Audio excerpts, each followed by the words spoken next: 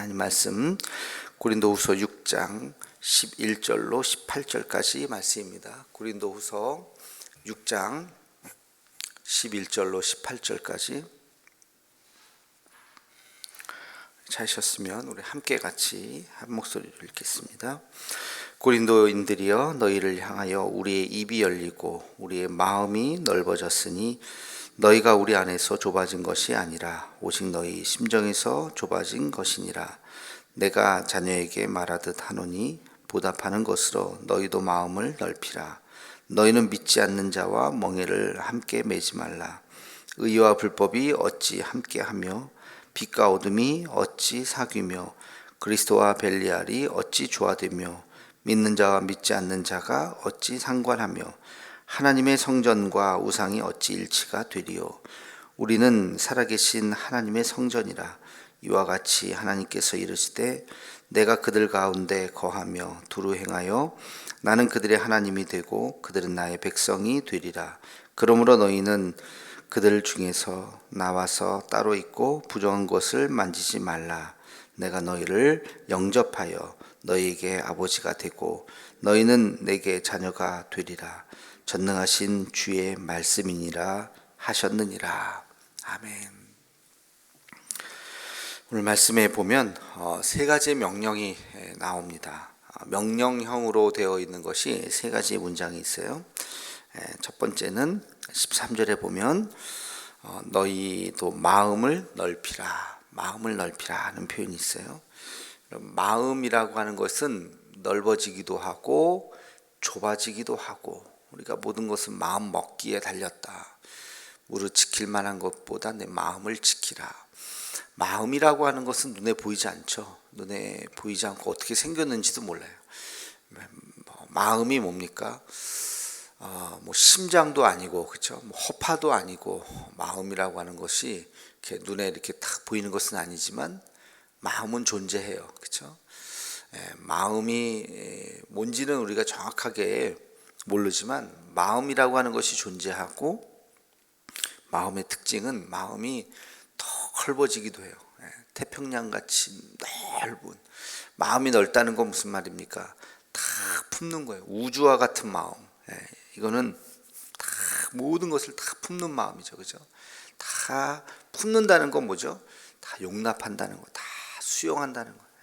그럴 수도 있지. 다 이해하는 거. 이상한 행동을 해도 그럴 수도 있지. 내 마음이 넓어지면 다 모든 사람들을 다 품을 수 있는.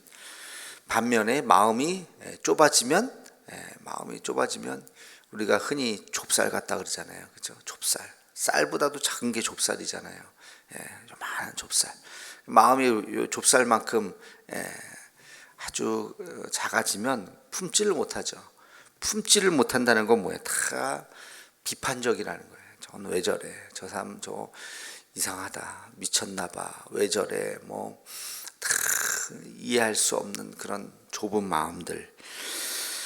근데 오늘 말씀해 보니까 13절 내가 자녀에게 말하듯 하노니 보답하는 것으로 너희도 마음을 넓히라.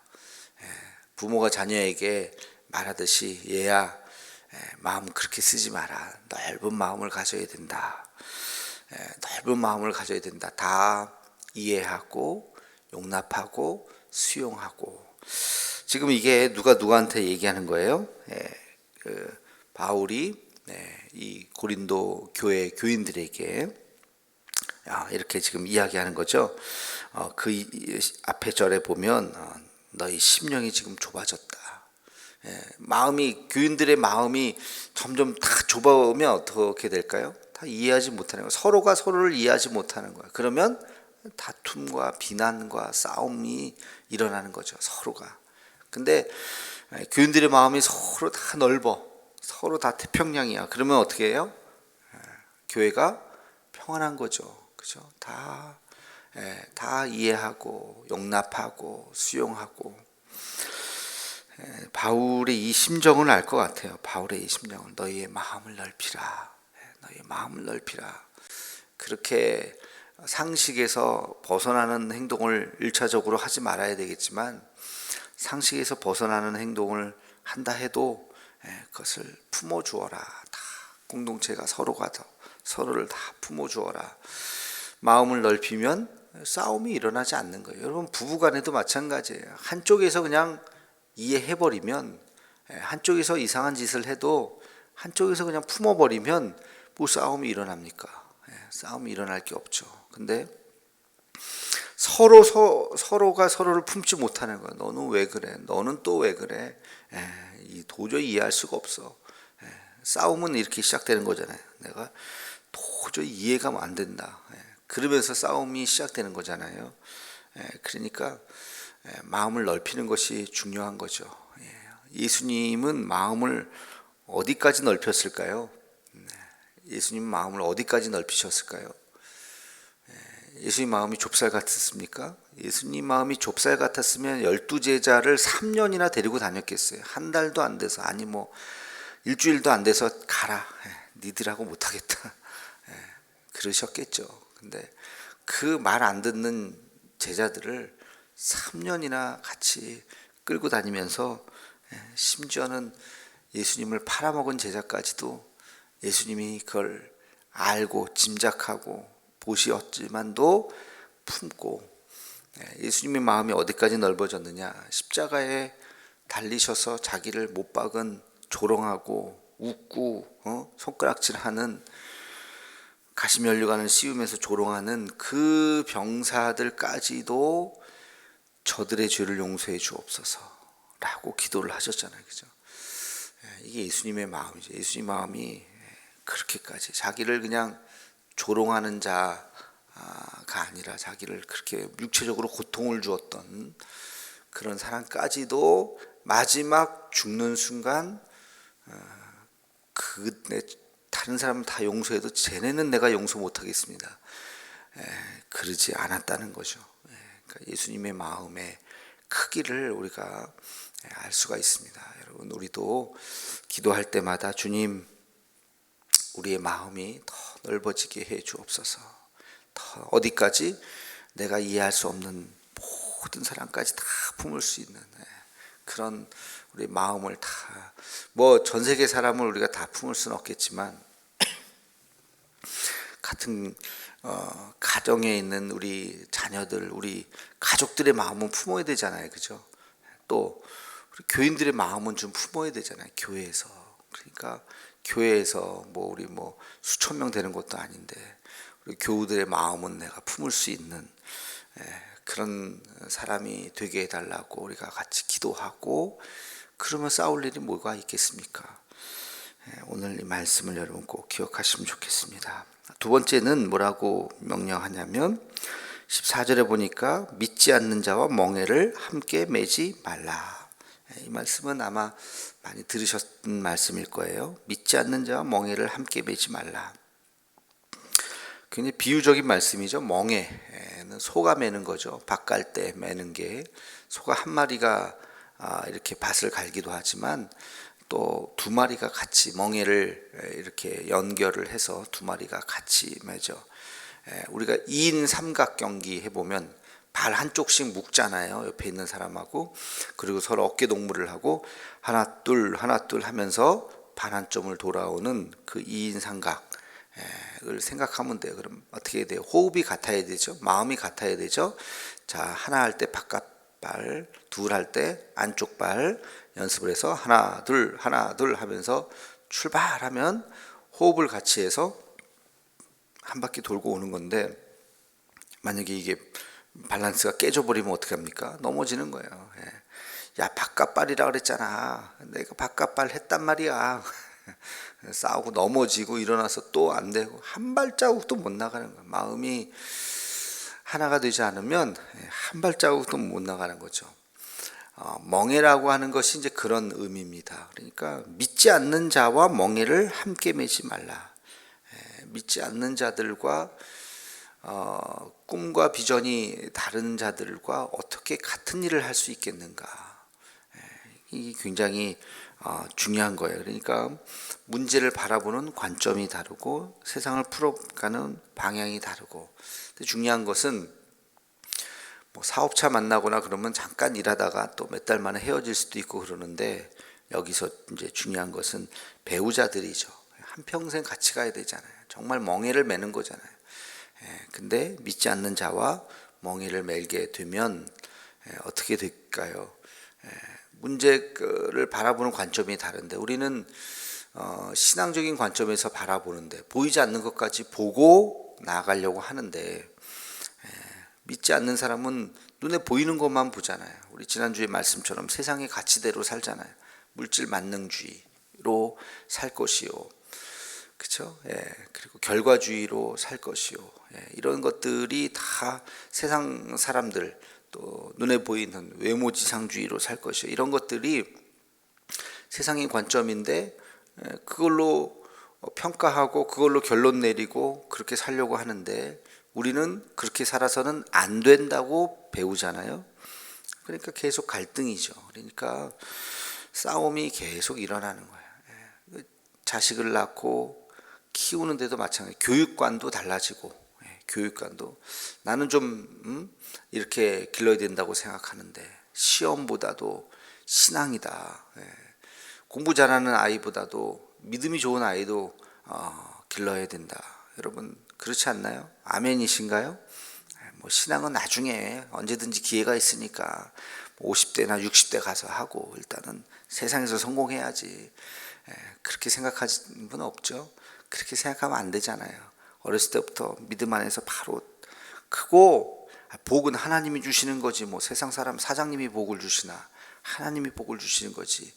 믿음 안에서 우리가 잘 자라는 것이 먼저고 그 다음에 또 공부도 잘하면 좋고 하는 우리 우선순위가 이렇게 돼 있는데 세상 사람들은 신앙이 그게 뭐 밥 먹여주냐 교회 가는 게 밥 먹여주냐 공부 잘해야지 일요일도 무슨 교회를 가 공부해 학원 가야지 여기서부터 달라지는 거예요. 생각이 이게 일치가 안 되는 거예요. 그러니까 아무튼 뭐 그런 일들이 뭐 한두 가지겠습니까? 그러니까 믿지 않는 자와 멍에를 매지 말라. 뭐 그렇다고 해서 우리가 믿지 않는 사람하고는 진짜 절대 결혼도 해서는 안 된다. 오늘날 우리가 현실적으로 보면 꼭 그게 뭐 그렇게 해야 된다고 그렇게 말하기는 어려울 것 같아요. 그렇지 않는 또 반대 케이스들도 많고 또 결혼하면서 전도해가지고 저도 뭐 실제로 혼인신앙으로 이렇게 와가지고 훌륭한 믿음을 가진 분들도 많이 보고 그래서 꼭 그것이 정답이다 이렇게 볼 수는 없고 하기 나름이겠지만 그러나 어려운 거는 확실합니다. 믿지 않는 사람하고 결혼해가지고 그 사람을 신앙생활 잘하게 만들기까지 그 수많은 눈물과 노력은 각오를 하고 들어가야 되고 불가능한 건 아니겠지만 쉽지 않다는 거죠. 그래서 기왕이면 내가 선택할 수가 있는 상황이라면 선택할 수가 없으면 할 수 없는 거지만 내가 그 이전에 선택할 수 있는 상황이라면 믿는 사람과 함께 멍에를 메고 그렇지 않아도 세상 사는 거 힘들어 죽겠는데 그렇지 않아도 힘들잖아요. 근데 가정에서부터 또 불화가 일어나서 살라 그러면 얼마나 힘들겠습니까? 그러니까 어려운 문제가 있으면 같이 손붙잡고 기도하고 같이 이겨내고 같이 위로해주고 같이 격려해주고 그러면서 이 세상 살아가도 될똥말똥인데 집안에서부터 그냥 난리 법석을 치면 안 되니까 이런 말씀이 있는 거예요. 그래서 우리가 자녀들 나도 중간에 믿었다. 그러면 뭐 할 수 없죠. 내가 내 남편 내 아내를 전도를 해야 되겠지만 내 자식들은 예수님 잘 믿는다면 그들의 배우자는 지금부터 기도하는 거예요. 자식 기도는 애들이 어렸을 때부터 하는 거예요. 우리 아들의 며느리가 정말 예수님 잘 믿는 사람이 내 딸의 사위가 정말 신실한 하나님의 사람을 만나게 해달라고 또 여러분 뭐 이미 연세 있으신 분들은 여러분 손주들이 그렇게 예수 잘 믿는 또 믿음의 가문에 있는 사람들과 함께 신앙생활 하게 해달라고 어쩔 수 없는 경우도 있어요. 그러나 그게 첫 번째 기준이 되어야 합니다. 다른 것보다 그것이 첫 번째 기준이 되어야 되고 그렇게 십수년을 기도를 한다면 저는 분명히 하나님께서 그 기도에 응답해 주신다고 믿습니다. 그러니까 지금부터 자녀가 뭐 5살이든 10살이든 여러분 손주들이 뭐 5살이든 10살이든 지금부터 그 기도하시기를 바랍니다. 마지막에 보면 17절에 보면 그런 말씀이 있어요. 그러므로 너희는 그들 중에서 나와서 따로 있고 부정한 것을 만지지 말라 그랬어요. 제가 주목하는 것은 너희는 그들 중에서 나와서 따로 있지 말라는 거예요. 따로 있지 말라는 게 뭘까요? 공동체를 떠나지 말라는 거예요. 공동체를 떠나지 말라. 부정한 것을 만지지 말라는 것은 부정한 것을 만지면 그 사람이 부정해지니까 공동체에서 떠나서 별거하게 되죠. 레위기에 보면 부정하게 된 사람은 격리 수용이 됩니다. 지금 우리 코로나 걸리면 이렇게 격리하는 것처럼 격리하게 되는, 그러니까 그렇게 되면 안 된다는 거예요. 너희 중에 함께 있어야 된다. 공동체를 떠나지 마라. 여러분, 신앙은 공동체적인 것입니다. 이거 꼭 기억하셔야 돼요. 신앙은 공동체적인 거예요. 그래서 나무 장작이 모아졌을 때 다 같이 타버리죠. 근데 나무 장작을 타고 있었던 나무 장작을 이렇게 하나씩 떨어뜨려 놓으면 어떻게 돼요? 그대로 꺼져버려요. 장작이 하나로 자기 혼자 스스로는 못 타요. 모아놔야 서로가 서로의 불에 의해서 다 타버리는 거예요. 우리 신앙도 마찬가지예요. 그래서 사탄의 전략은 우리를 분리시키는 거예요. 쪼개는 거예요. 각자 실망해서 떠나게 만들고 하나 서로 다 흐트러 버리면 그냥 거기서 그냥 다 사그라져 버리는 거예요. 우리는. 그러나 우리가 하나로 모이면 엄청나게 큰 힘이 되는 것입니다. 큰 힘이 되는 거예요. 그래서 언제나 사탄의 전략은 우리를 분리시켜 놓는 거예요. 떨어. 뭐 여러 가지 방법이 있겠죠. 서로 오해하게 만들고 싸우게 만들고 서로 그러면서 서로가 서로를 흐트러뜨리게 만드는 거. 악한 영의 공격이라는 것을 여러분 꼭 기억하시고 우리 스스로가 이 공동체에서 떨어지면 안 됩니다. 이제 모아야 돼요. 제가 걱정이 한 가지 있어요. 요즘에 이제 연말이 다가오고 1월달 첫째 주 우리가 늘 하던 올 가을 특세 특밤은 일단은 생략하려고 하는데 내년에 특세를 이제 해야 되는데 특세마저 생략할 수는 없잖아요. 신년인데 특세 합시다 했는데 이렇게 앉아 계시면 어떻게 할까? 특세니까 더 나오시겠죠. 근데 코로나로 핑계로 안 나오셔서 영상 예배 드릴게요. 그래가지고 특세 막 현수막 걸고 그러는데 이렇게 앉아 계시면은 참 나도 힘 빠질 것 같고 그렇죠. 그렇진 않겠죠. 방송을 들으시는 분들 여러분 영상 들으시는 분들이 있다고 하니까 꼭 좀 나오시면 좋겠고 습관이 다 떨어졌을 것 같아요. 새벽 예배 나오는 습관들이 습관을 한번 놓치면 다시 잡기도 쉽지 않거든요. 근데 참 코로나라는 것이 우리 한국 교회에 주는 가장 큰 악영향은 모이기에 힘쓰지 않는다는 거죠. 이제 힘쓰지 모일 수 없잖아요. 이게 이제 딱 핑계거리가 딱 있으니까 못 나오시는 분들은 할 수 없어요. 그분들이야 여러 가지 사정상 그건 이해합니다만 문제는 뭐냐면 나올 수 있는데 핑계 대는 분. 이거를 저는 모르죠. 본인은 알죠. 본인은 내가 지금 이게 핑계인지 아니면 진짜인지는 본인은 알 거예요. 저도 모릅니다. 근데 이 숫자보단 더 되지 않을까. 그냥 막연한 짐작에 더 나오실 수 있는데 지금 포항에 이번 주 같은 경우에도 거의 확진자가 거의 안 나오잖아요.